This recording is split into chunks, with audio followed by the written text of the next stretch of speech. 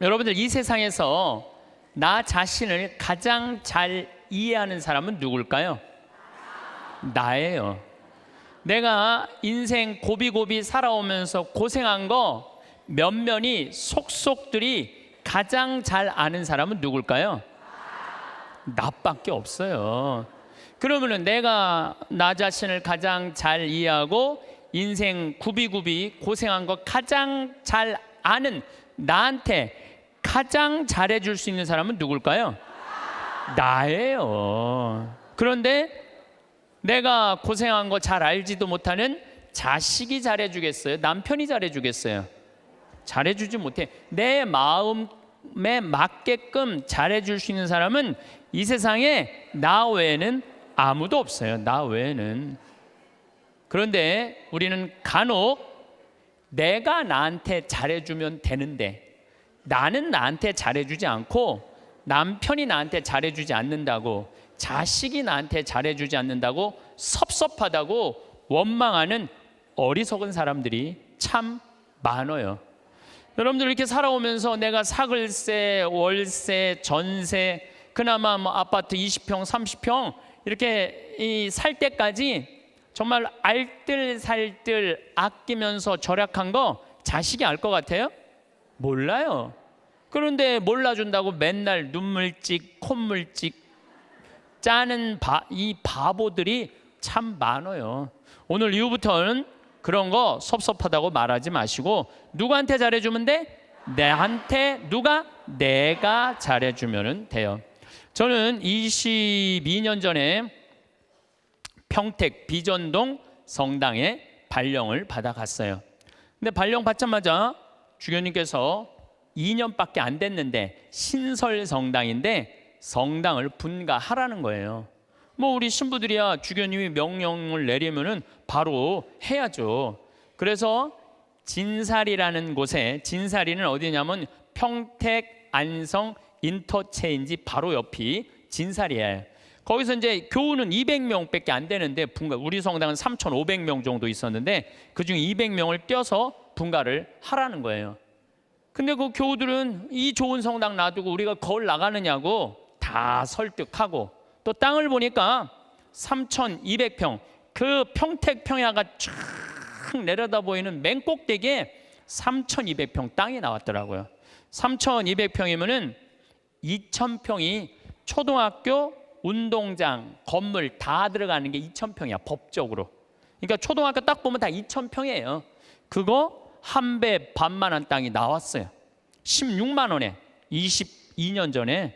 근데 뭐 신설성당에 뭐 돈이 어디 있어요. 그래갖고 이렇게 끌어모으고 저렇게 끌어모았는데도 돈이 2억이 부족하더라고. 그래서 내가 모시던 보좌 신부 때 모시던 본당 신부한테 전화를 드렸어요. 신부님, 성당을 분가하라는 명령을 받았는데 땅을 살라고 그러는데 마음에 드는 땅이 나왔는데 2억이 부족하다. 2억을 좀 꿔줬으면 좋겠다. 근데 이 신부님이요, 단 1초도 주저하지 않으시고 내가 꿔줄게, 내일 와, 딱 그러시더라고요. 내가 또 좋거든요. 그래서 날 31살, 32살에 22년 전이니까 2억을 이렇게 안주머니에 넣고 오는데 정말로 심장이 부들부들 하더라고요. 그래갖고 이제 갖고 와서 그 땅 계약을 다 했는데 상임위원들이 사기당했다는 거예요. 거기에 뭐 건물도 질 수 없고 신부님 사기당했다고 새벽 2시까지 뭐라고 그러더라고요. 참 답답하더라고요. 예. 근데 이제 내가 다 알아보고 조사해 본 결과 사기당한 게 아니다. 이렇게 저렇게 얘기를 하고 어쨌든 이제 그 마음고생을 다 하면서 땅을 다 샀어. 반대를 무릅쓰고. 그리고 1년이 지났는데 땅값이 16만 원짜리가 35만 원으로 뛴 거예요. 1년이 지났는데 그래서 그중에 800평을 팔아서 나한테 돈 꿔준 우리 김창님, 이제 돌아가셨죠. 김창님 필리포 신부님한테 2억을 돌려줬어요. 그러니까 2,400평이 남았는데 거의 돈 한 푼 없이 그냥 산 거야. 그런데 지금은 거기에 아파트가 다 들어왔어요. 아파트가 다 들어왔는데 2,400평이니까 주차 걱정을 해. 좁은 공원, 그냥 그 동네에 공원이 생긴 거. 그래서 무슨 들은 얘기로, 내가 들은 얘기니까 카페를 차려갖고 얼마나 근사하게 지냈는지 모른다는 얘기를 들었어요. 그런데 내가 그렇게 마음고생하고 성당터 마련한 거 아무도 몰라. 하늘하고 나만 알아. 하늘하고 하느님하고 나만 알아. 그런데 지금은 이제 거기가 겨우 2,000명 정도 됐다고 그래요. 근데 후임자 신부가 몰라준다고. 그 교우들이 20년 전에 내가 그렇게 힘들게 해서 땅 산 거 몰라준다고 내가 맨날 섭섭하다고 그러면요, 나는 쫀쫀한 사람이야. 쫀쫀한 사람. 작은 사람이야. 작은 사람. 그리고 이제는 거기가 평당 큰 몰이 들어가고 평당 한 400만 원까지 올라갔대요. 그러니까 거의 100억 정도 되는 거죠. 100억 정도 되는 돈을 내가 교회에 벌려준 거야. 그런데 아무도 몰라. 나는 그 평택 IC 지나다닐 때마다 하느님의 기도하는 집을 내가 마련할 수 있는 영광을 가진 것에 대해서 감사해요. 교우들이 이렇게 행복하게 그 넓은 터에서 주차 걱정 없이 신앙생활한다는 얘기를 들으면 내가 기분이 좋아. 그걸로 된 거예요. 여러분들도 인생 살면서 고생하고 힘들게 이 가정 여기까지 이렇게 꾸려왔는데, 다른 사람, 심지어 남편, 주위에 여러분들 간혹은 시집 왔더니 시동생이 5살 시동생 나중에 키워갖고 장가까지 보냈는데 그 은혜 모르는 경우도 많죠. 그거 섭섭할 거 하나 없어요. 섭섭할 건 없어. 누가 알면 돼? 내가 알고 하늘이 알면 돼. 그래서 공자님이 진정한 군자는, 누가 군자라고 그랬냐면 남이 나를 알아주지 않아도 화내지 않는 사람이 군자라고 그래요. 유유자적할 줄 아는 사람이. 우리 평창은 화요일, 수요일 1박 2일 피정, 목요일 당일 피정, 금, 토, 일 2박 3일 피정을 해요. 1년 내내 해요.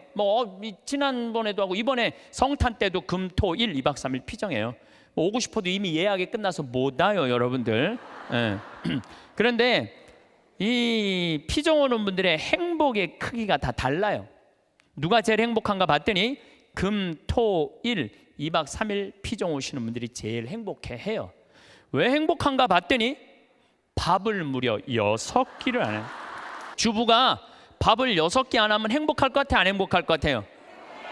무조건 행복한 거예요. 무조건.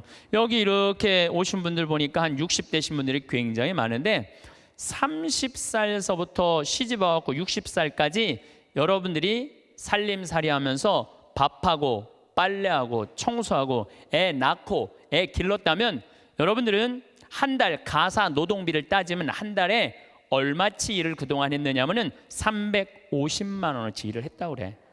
그럼 30년 동안 일했으면 여러분들은 남편하고 자식들한테 얼마를 청구할 수 있느냐 하면은 10억 5천을 청구할 수 있어요. 10억 5천. 10억 5천 내놓으라고 그럴 수 있어요. 아니, 법원에 누가 25년 동안 그거 해갖고 250만 원 해갖고 5억 청구해갖고 받은 사람이 판결이 나왔어요. 그러면은 2박 3일 금, 토, 일 피정하는데 피정비가 얼마냐 하면은 8만 원이에요. 8만 원. 이틀 밤 자고 6끼 밥 먹고. 그런데 그렇게 10억 5천만 원어치 일을 하고 난 다음에 그렇게 고생한 나한테 너 한번 이틀 밥 안 하고 좀 편안하게 한번 해주는 밥 먹어라. 내가 너한테 한번 쏠게 하고 그 8만 원을 들여서 평창에 피정을 갈라 그럴 때 그 돈이 아까워서 갈까 말까 갈까 말까 이렇게 망설이는 사람들이 많다는 거예요. 그러면서 나 고생하는 거 알아주는 사람 하나도 없다고, 눈물 콧물 짤 거 없다 이거야. 그렇게 내가 10억 원 정도 일했으면 나한테 8만 원 정도 쓰는 거 아까워요, 안 아까워요? 써. 그러니까 제발 원망하지 말고 본인을 위해서 쓰라는 거예요. 그리고 1박 2일 당일 금, 토, 일 피정 오시는 분들 중에 누가 제일 럭셔리한가 봤더니 금, 토, 일 2박 3일 오시는 분들이 제일 럭셔리해요. 왜 럭셔리한가 봤더니 설거지를 안 하잖아. 그러니까 밥 먹고 우리 잠비아에서 온 커피가 있어요. 그 커피 뽑아서 강 내려다보는 데크에 앉아갖고 저 우아하게. 그러니까 그 2박 3일 동안 피정 오시는 분들, 이번에도 뭐 이 추운 12월 달에 왔는데도 나한테 이런 말을 해요. 신부님 너무 행복해요. 해준 게 아무것도 없는데 내가. 왜냐하면은 우리 또 생태마을에서 요즘 우리가 시래기 말라하고 시래기하고 된장국 끓여, 우리 뭐 배추, 무 얼마나 맛있어요. 그 자연 아주 정말로 유기농 식단으로 해주니까 요즘은 또 호박 싹 이렇게 했는데 너무너무 맛있더라고. 지금도 이제 이 주일날 나가면은 월요일, 화요일, 수요일 이럴 때는 요즘은 내가 이렇게 대림식이라고 강의 나오면은 그 손님을 안 받아요. 근데 지금 6분이 와 있는데 당일 온다 그러더니 일주일 있겠다는 거. 나한테 오늘 와서 막 신부님 여기 있고 싶다는 거. 아니 강의도 없고 텔레비도 없고 뭐가 좋아서 여기 계속 있겠다 그러니까 팝이 너무 맛있다는 거야. 팝이. 야, 주부한테는 이것만 해도 충분히 행복하구나, 그런 생각이 들더라고요. 저는 이제 여주에 평창은 15,000평인데 여주는 15만 평이에요. 거기에는 수영장도 있고 그림 그리는 데도 있고 도자기 만드는 데도 있고 다 있어요. 거기 피정 이제 우리 교우들 받을 거예요. 거기 600명이야. 지금은 200명이라 1년 기다려도 못 오는 분들 많아. 2년 기다리면서도 못 오는 분들이 많아요. 근데 그런 교우들이 좀 안타까워갖고 여주에 피정집을 지금 준비하고 있어요. 근데 거기는 피정 1박 2일, 2박 3일 이런 거 안 해요. 화, 수, 목, 금, 토, 일 5박 6일 피정이에요. 5박 6일 5박 6일 할 거예요. 5박 6일 여러분들 시간 많잖아. 죽지도 않고. 근데 5박 6일 피정하는데 피정비를 얼마만 받을 거냐면은 10만 원만 받을 거예요. 10만 원만. 밥을 무려 18끼를 안 하는데 10만 원만 받을 거예요. 난 사실 우리 천주교 교우들 불쌍해요. 왜 불쌍하냐면은 성당 나오면서부터 많은 헌금을 하든 안 하든 평생 헌금했어요. 그리고 또 불쌍한 데 있으면 2차 헌금하고 교무금하고 또 성당 지면 신축금 내고 또 뭐 어려운 데서 와갖고 뭐 꽃동네 뭐 이런 데 와갖고 또 뭐 도와달라 그러면 또 반지도 빼고 뭐 그냥 있는 거 없는 거 나 먹기 살기 힘들어도 어떻게 마음 짠하니까 어떻게 해요? 또 내잖아요. 그런데 그렇게 20년 30년 신앙생활 했는데 정작 내가 외롭고 힘들 때 어디 가서 좀 위로받고 싶은데 그럴 데가 없어요. 별로. 우리 한국 천주교 교회는. 그러니까 교우들한테 받기만 했지 주지를 않아. 내가 그게 제일 불만이야. 그런 공간이 한국 교회에 필요하다 이거야. 그래서 이제 여주는 10만 원이면 여러분들 보통 한 달 생활비 최저가 110만 원인가 그렇더라고. 그러니까 누구나 올 수. 그리고 거기 전철까지 나 있어. 이제 그 앞에까지. 그러니까 여기 65살들은 거기까지 공짜로 올 수 있어. 65살까지는 전철까지 나 있으니까 마음만 먹으면은 뭐 얼마든지 올 수 있어요. 그래서 우리 교우들한테 그런 공간을 만들어 줘야 되겠다. 우리도 좀 위로받고 살아야 되지 않아요? 맨날 뭐 남만 위로하고 살아. 나는 30년 동안 그렇게 뼈 빠지게 고생했는데. 그런데 제가 한 6년 동안 그 여주에다가 그런 생태 마을을 꾸며서 한국민들, 우리 천주교 교우들뿐만 아니라 한국민들이 쉴 수 있는 오아시스를 만들어야 되겠다. 그래갖고 다 허가를 받아놨는데 이번 2월 달에 교구청에 편지를 했어요. 주교님 허가를 다 받아놨으니 공사비 달라고. 거기가 총 공사비가 얼마냐면 300억이에요. 300억을 내가 무슨 재주로 만들어. 내가 무슨 재주로. 그러니까 교구에서 내야 될 거 아니에요. 근데 답이 없는 거야. 저는 30대 때는 내 뜻대로 안 되면 막 교구청에 올라가고 막 뒤집고 소리 지르고 그랬어요. 근데 이제 50이 되니까 생각이 많이 바뀌었어요. 어떻게 바뀌었느냐 하면은 내가 다 해놨는데 만약에 교구청에서 돈이 없다고 300억이 돈이 없다면 어떻게 하면 되냐면은 안 하면 되지. 안 하면 되지 않아요? 여러분들 인생이 왜 힘든 줄 아세요? 돈이 없는데 하려고 그럴 때 힘들어요. 하려고 그럴 때. 내가 지금 5천만 원밖에 없는데 2억이라는 가게를 하고 싶어. 5천만 원밖에 없는데 2억이라는 가게를 하고 싶어갖고 어떻게 은행에 융자 받고 형제 집 잡히고 또 뭐 이 사람 저 사람 꼬갖고 시작하잖아요. 그때부터 지옥이 되는 거예요. 그때부터 5천만 원만 있는데 2억짜리 그건 하면 안 돼요. 안 하면 되지. 그래서 내가 주교님한테 편지했어요. 주교님, 저는 하느님의 집을 지면서 기쁨을 잃어버리고 싶지 않다고. 그래서 지금 교구가 여러 가지 어려움이 있으니까 나중에 하자고. 지금 편안하게 마음 먹자고. 그랬더니 주교님이 저한테 답장했어요. 딱 한 줄 보냈어. 참 고맙다 이렇게. 그래서 이제 접기로 이제 마음 먹었어요. 접기로 마음을 먹었는데 잠비아에 농업대학 하라고 100억을 봉헌하신 우리 할머니죠. 나는 할머니라고 안 그러는데 그냥 이제 그분하고는 가능한 한 한 달에 한 번 정도 밥을 먹는데 이제 밥을 먹으면서 이런 얘기 저런 얘기 사는 얘기를 하면서 내가 이제 여주에 생태마을을 꾸밀려고 그러는데 교구가 지금 뭐 신도시 성당터 산다고 돈이 없다고 좀 어려워하더라 이런저런 얘기를 하는데 하루는 우리 이 자매님하고 서울 경복궁 구경을 가는데 신부님 서울 구경 가는 길에 잠깐 남산 밑에 경리단길 요즘 뜨는 데 있죠. 경리단길에 집터를 하나 보자는 거예요. 밑에 삼성 미술관도 있고 뭐 LG 뭐 회장집도 있는데 경치가 아주 기가 막혀 한강 다 보이는 그 경리단길에 땅을 한 200평 보여주면서 신부님 이거 봉헌할 테니까 신부님 이거 하라는 거야. 그래갖고 거기가 평당 한 평에 6천만 원이 한 평에. 근데 200평. 근데 며칠 전에 무슨 공시지가 이런 게 나오는데 123억이 나왔더라고. 그 시세 그게 123억짜리를 봉헌을 하신 거예요. 우리 교우들 쉬는데 그거 신부님 이거 갖고 꾸미는데 좀 이렇게 미천하시라고. 그래갖고 내가 또 이제 주교님한테 가서 아니 이거 저 봉헌을 했는데 이거 어떻게 하면 좋으냐고 그러더니 우리 주교님께서 아우 그럼 우리 하자고 이렇게 봉헌한 분이 있으니까 난 또 하자고 그러면은 하면 돼 또 하면. 제가 왜 이런 말씀을 드리느냐 하면 우리가 돈을 버는 법도 중요하지만 쓰는 법도 중요해요. 여러분들은 지금 정말로 힘들게 돈 많이 벌었어요. 그렇죠? 아끼기도 많이 아꼈어. 그런데 벌기만 하고 쓸 줄을 모른다면은 뭐하러 벌어? 그렇잖아요. 힘들게 돈을 많이 모았어. 근데 쓰려고 8만 원을 쓰려고 보니까 아까워. 벌 떨어.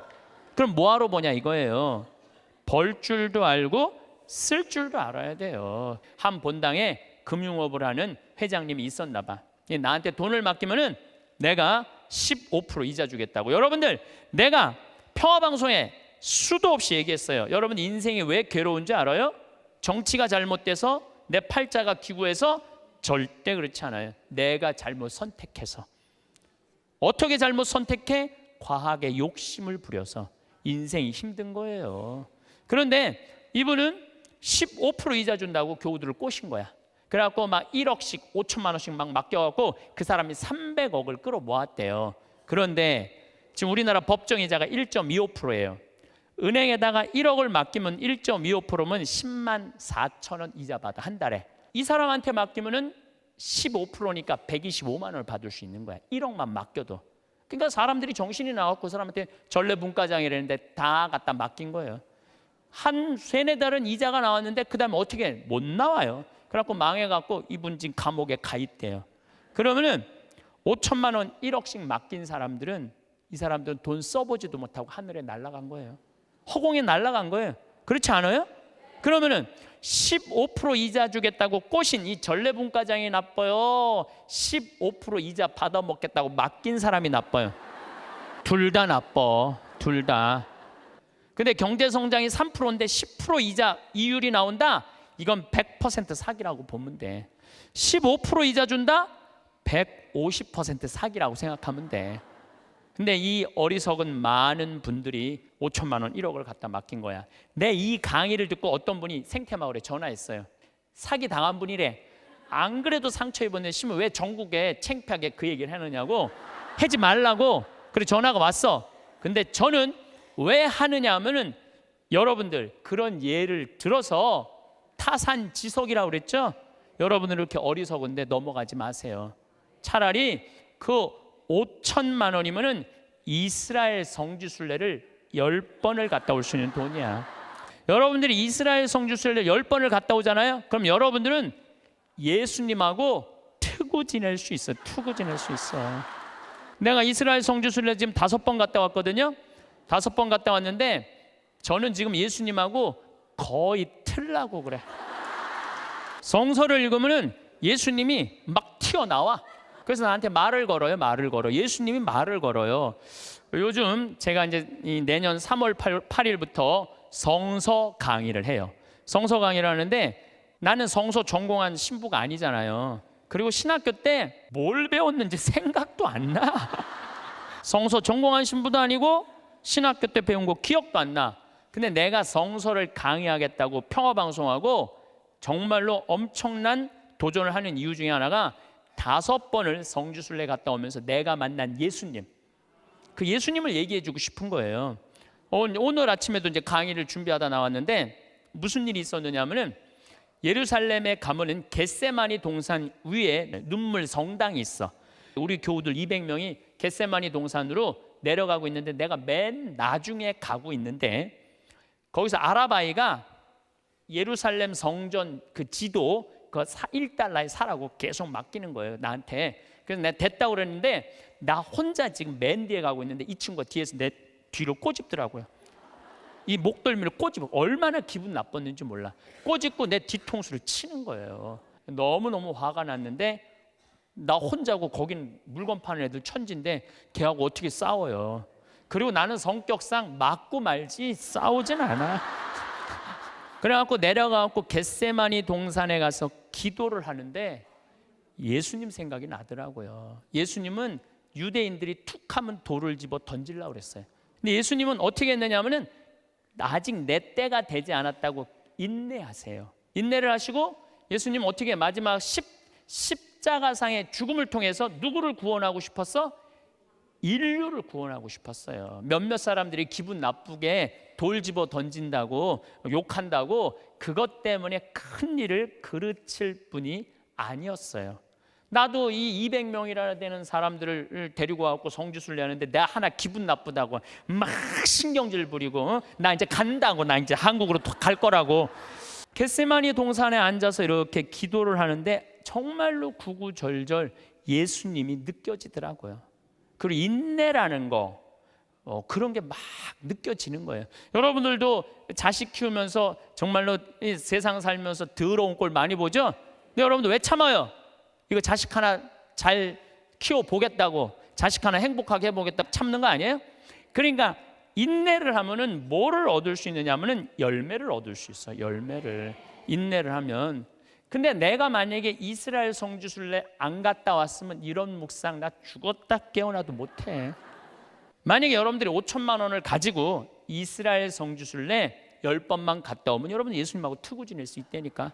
근데 15% 이자 받아보겠다고 홀딱 맡겨갖고 써보지도 못하고 돈 날리면은 이분들 이렇게 얘기합니다. 내가 성당 나가봤더니 믿을 놈 한 놈 없더라. 하느님이 있긴 어디 있느냐. 사기나 치는 사람들 모임인데, 그리고 이 사람 어떻게 하냐면은 냉담해요. 그러면은 돈 잃어버리고 하느님 잃어버리고 사람 잃어버리고. 이게 왜 그런 줄 알아요? 자기 욕심 때문에 그러는 거예요. 그리고 돈을 버는 법은 배웠는데 쓰는 법을 못 배운 사람이에요. 어떻게 써야지 의미 있고 행복하게 쓰는지 모르는 사람들이 내가 보기엔 대한민국에서 천지야. 잠비아 봉사활동을 80명의 교우들하고 갔다 왔어요. 갔다 왔는데 정글에를 잠깐 들어갈 일이 있었는데 병원이 있는데, 병원이 있으면 간호대학에 같이 있어야 된대요. 근데 수녀님이 간호대학을 짓다가 돈이 없어서 수독을 해버린 거야. 내가 그걸 보는데 마음이 짠하더라고요. 근데 마침 제가 작년에 잠비아는 비행기표 아껴본다고 아디스 아바바 이디오피아를 통해서 걸리 들어갔었어요. 근데 아디스 아바바 공항에서 내 옷가방을 다 잃어버렸어요. 그래갖고 양복 3벌이 다 없어져 버렸어. 그런데 그 전주 연중 제15주 복음이 뭐였느냐면은 너희들은 선교 떠날 때 옷을 1벌 이상 갖고 다니지 말아라. 식량 자루나 돈주머니도 갖고 다니지 말아라. 근데 예수님이 거기다 신발은 신고 가라고 또 써 있어, 성서에. 근데 나는 잠비아 미국 강의 다닌다고 옷을 4벌, 양복을 4벌. 내가 너무너무 부끄러웠어, 내 자신한테. 그래서 저는요, 지금도 양복을 한 달에 1벌만 입어요. 안 갈아입어 이제. 작년에 내가 배운 깨달음으로 안 갈아입어. 너무 좋더라고. 한 달에 1벌만 입고 다니니까 참 좋더라고요. 그런데 문제는 한국에 딱 돌아왔는데 내가 양복만 많은 게 아니야. 내 통장을 보니까 책 팔은 인세가 2억이 들어와 있는 것. 나 돈 막 하는 사람이에요. 근데 내가 그 돈이 뭐가 필요해? 마누라가 있어, 자식이 있어. 그래서 수녀님한테 전화했어요. 잠비아로. 수녀님, 내가 간호대학 져둘 테니까 간호대학 마저 지라고. 그래갖고 돈을 막 작년에 보냈어요. 계속 2천만 원, 5천만 원씩 계속.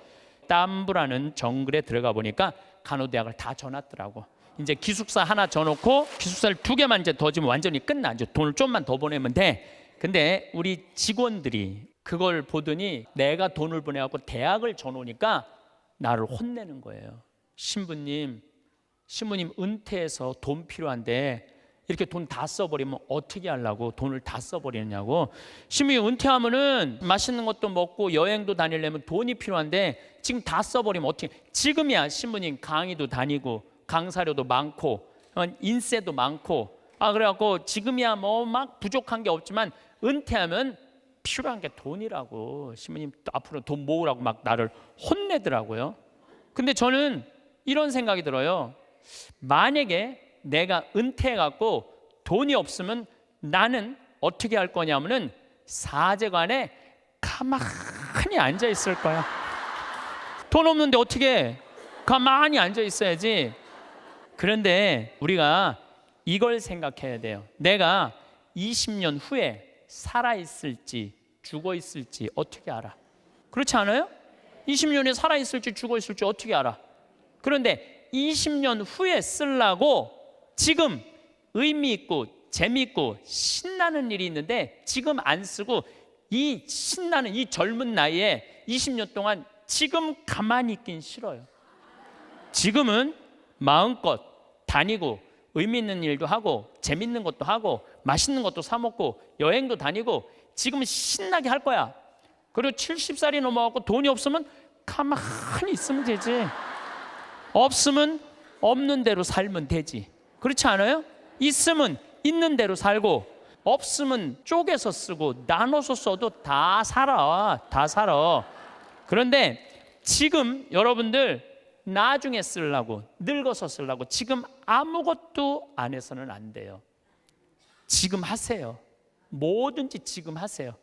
그리고 다 하고 즐겁게 살았어. 행복하게 살았어. 그런데 70살에 주머니에 돈 없으면 어떻게 하면 돼? 가만히 있으면 돼. 우리 생태마을에 지금도 이제 짬짬이 암 환자들이 많이 와요. 내가 그분들하고 이렇게 상담을 해보면은요 60살 될 때까지 한 번도 노른 적 없는 사람들 많아요. 60살 될 때까지 여행 한 번도 간 적 없는 사람 많아요. 60살 될 때까지 뽐나게 옷 한 번 사 입어 본 적이 없는 사람들 많아요. 60살까지 뭐만 해? 돈만 버는 거예요. 자식 키우고. 근데 떨커덕 암이 걸려. 지금도 한 분 와 계세요. 떨커덕 암이 걸린 거야. 떨커덕 암이 걸리면은 이분들 나한테 공통적으로 하는 얘기가 있어요. 신부님, 나는 억울해서 못 죽어요. 난 이제까지 뭐만 했어? 고생만 했어요. 어떻게 하면 좋아요, 신부님? 이러는 분들이 너무 많아요. 여기 계신 여러분들도 나중에 하려고 그러지 말고 언제? 지금 하세요. 여러분들 이 여행 많이 다녀보셨죠? 만약에 유럽 여행 가신 분들 아마 유럽 여행은 일생 한 번 가보는 거예요. 한 400만 원 들여갖고 한 번 가보는데 비행기 타고 럭셔리하게 파리에 도착했어. 도착을 했는데 딱 버스에 타니까 가이드가 딱 나타나더니 이렇게 말합니다. 집에 들어가고 호텔에 들어가고 물은 어떻게 쓰고 뭐 이런 거 여러 가지 얘기를 해요. 그러다가 갑자기 이런 말을 해요. 그런데 여행 다니면서는 팁이 중요하다고. 이렇게 여행 가방 올려다 주는 포토한테 $1 주시고 호텔에서 나올 때 호텔 침대에다가 $1 내려놓고 나오시라고. 그럼 이때부터 갑자기 머리가 복잡해지는 거야. $1? 생각지도 않은 돈이야. 이거 생각지도 않은 돈이야. 그게 아깝기 시작한 거야. 그런데 400만 원을 들여서 일생 한 번 간 여행이에요. 그러면 1달러 10일 2달러씩 줘봐. 20달러 2만 원이야. 그 줄 때 기분 좋게 줄 수 있는 거야. 그런데 이제 딱 박스에서 내리니까 아니나 달라 막 벨보이들이 막 와갖고 가방을 막 들고 갈라 그래. 그러면은 이 할머니들이 이렇게 말합니다. 그 놔두라고, 내가 들고 갈 테니까 놔두라고. 아, 내가 여러 번 봤어요. 여행 같이 다니면서. 내가 그 힘들게 그 가방을 들고 다니는 할머니들 모습을 보면서 안타깝더라고요. 그럼 뭐하러 여행을 나와? 그 2만 원이 아까워갖고 그 힘든데 피곤한데 와갖고 그걸 또 들고 올라가. 그 2만 원이 아까우면 그냥 집에 가만히 있어. 벌 때는 힘들고 어렵게 벌지만 쓸 때는 정승같이 쓰는 법도 중요한 거예요. 저는 요즘 이렇게 여행 다니면은요, 뭐 2달러, 3달러, 5달러도 내려놓고 와요. 호텔에다가. 왜냐? 그거 다 이민자들이야. 거기 청소하는 사람들. 힘들게 그거 갖고 먹고 사는 사람들이야. 그러면 길 가는 사람도 내가 5천 원, 만 원, 일생 1년에 여러분들 어려운 사람들 얼마나 만나요? 만나는 일이 1년에 한두 번도 안 돼. 그럼 그런 사람들한테 한번 나도 여행 내가 400만 원어치 쓰면 40만 원 어려운 사람한테 내놔야 될 거 아니야. 그 일환 중에 하나가 그 어려운 사람들한테 팁 주는 거예요. 근데 그게 아까워갖고 내가 들고 갈 테니까. 그래서 여러분들 자신한테 쓸 줄 알아야 돼. 여러분들 인생을 살면서요, 버는 것도 중요하지만 쓰는 것도 중요해. 쓸 때 확실하게 써. 근데 만약에 내가 돈이 부족해, 그러면은 가만히 있어. 여러분들 안 쓴다고 누가 뭐라고 그럴 사람 하나도 없어요. 근데 우리나라 사람들은 쓰는 것도 아니고 안 쓰는 것도 아니고 내는 것도 아니고 안 내는 것도 아니고 그냥 사는 게 좀 짜증이 나요. 사도 바오로가 뭐라 그래? 난 귀하게도 살 줄 알고 천하게도 살 줄 안다고 그러잖아요. 돈 안 쓴다고 누가 뭐라 할 사람 하나도 없어. 근데 쓸 때는 멋있게 써. 이게 왜 이런 문제가 생겼냐면 내가 귀하다는 생각을 안 해서 그래요. 많은 분들이 저한테 신부님 맨날 강의만 다니고 힘들어서 어떻게 하느냐고. 나 짬짬이 알아서 잘 놀아요. 맨날 강의만 다니면 나 미칠지도 몰라. 짬짬이 알아서 놀아요. 저만 그런 게 아니라 여러분들도 그렇게 살으셔야 돼. 부처님이 이런 말씀을 하세요. 지나친 고행은 사람을 고통스럽게 한다는 거예요. 그 다음 지나친 쾌락은 사람을 망가뜨린다는 거예요. 그러니까 놀 줄도 알고 쓸 줄도 알고 인내할 줄도 알고 그렇게 살아야 돼. 내가 행복해야지 누구도 행복하게 해줄 수 있어? 남도 행복해 줄 수 있어요.